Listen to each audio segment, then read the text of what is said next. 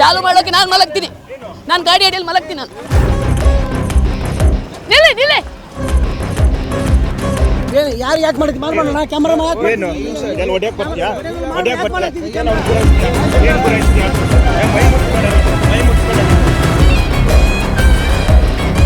ನೀನು ಒಳಗೆ ಹೋಗ್ತೀಯಾ?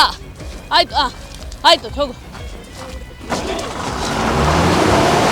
ಆಯ್ತು ಹೋಗಿ ಹೋಗ್ಲಿ ಹೋಗ್ಲಿ ಆಗ್ಲಿ. ಇವತ್ತು ಇಡೀ ರಾಜ್ಯ ಗೊತ್ತಾಗ್ಲಿ ಆಗ್ಲಿ. ಏನ್ ಮಾಡ್ತೀರೋ ನೋಡ್ತೀನಿ ನಾನು ಕೂಡ. ನನ್ನ ಜೊತೆ ಆಟ ಆಡಬೇಡ, ಬೆಂಕಿ ಜೊತೆ ಆಟ ಆಡಕ್ ಹೋಗ್ಬೇಡ ಆಯ್ತಾ? ನಾವೇನಾದ್ರೂ ನಿಮ್ಮಂಗೆ ನಾವು ಹೇಳ್ತಿದ್ದವರಲ್ಲ, ಲಜ್ಜೆ ಗೆಟ್ಟವರಲ್ಲ. ನಾವು ಈ ಕರುನಾಡಿನ ಹೆಮ್ಮೆಯ ಮಕ್ಕಳು, ಈ ಭೂಮಿಗೋಸ್ಕರ ಪ್ರಾಣ ಕೊಡಕ್ಕೂ ರೆಡಿ ಇದ್ದವರು. ನಿಮ್ಮಂಗೆ ಮುಖದಲ್ಲಿ ಮೀಸೆ ಇಟ್ಕೊಂಡು ಕೈಯಲ್ಲಿ ಬಳೆ ಇಟ್ಕೊಂಡವರಲ್ಲ. ನನಗೆ ಆಶ್ಚರ್ಯ ಅನ್ಸುತ್ತೆ, ಈ ಊರಲ್ಲಿ ಗಂಡಸರೇ ಇಲ್ವಾ ಅಂತ. ಎಲ್ಲರೂ ಕೈ ಕೊಟ್ಟು ಚಂದ ನೋಡ್ತಾ ಇದ್ದಾರೆ. ಗಂಡಸರೆಲ್ಲ ಎಲ್ಲ ಷಂಡ್ರಂಗೆ ವರ್ತಿಸ್ತಿದ್ದಾರೆ. ಇಷ್ಟೊಂದು ಓಪನ್ ಆಗಿ ನಾವು ಹೋರಾಟ ಮಾಡ್ತಿದೀವಿ. ಬೆಂಗಳೂರಿಂದ ಬಂದು ಈ ಊರಿನವರು ಕೈ ಕಟ್ಕೊಂಡು ನೋಡ್ತಾ ಇದ್ದಾರೆ. ನಾನು ಹೊಸ ವ್ಯಾಖ್ಯಾನ ಮಾಡಬೇಕು, ಗಂಡಸರೇ ಇಲ್ಲದ ಊರು ಹಾವೇರಿ ಅಂತ.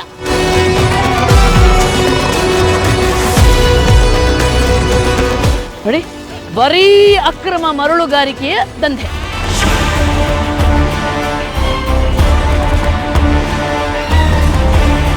ಪರ್ಮಿಟ್ ಇದೆಯಾ ನಿಮ್ಮ ಹತ್ರ? ಮತ್ತೆ ಪರ್ಮಿಟ್ ಇಲ್ಲದೆ ಹೆಂಗೆ ಮರಳು ತೆಗಿತೀರಾ ನೀವು?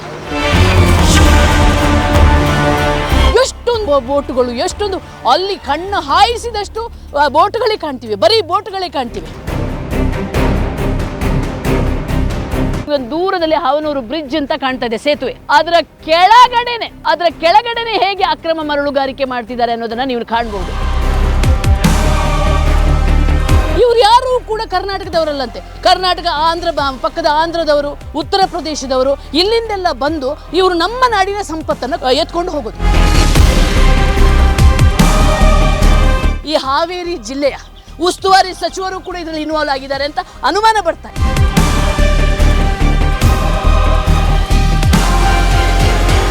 ಇದಕ್ಕೆ ಮುಖ್ಯ ಕಾರಣ ಗಣಿ ಮತ್ತು ಭೂವಿಜ್ಞಾನ ಇಲಾಖೆಯವರ ಭ್ರಷ್ಟಾಚಾರ, ಪೊಲೀಸರ ಷಂಡತನ ಅಂತಲೇ ಹೇಳ್ಬೋದು.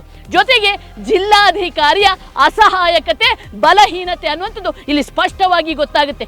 ನಾಚಿಕೆ ಆಗಲ್ವಾ DC ಅವರಿಗೆ? ನಿಮಗೆ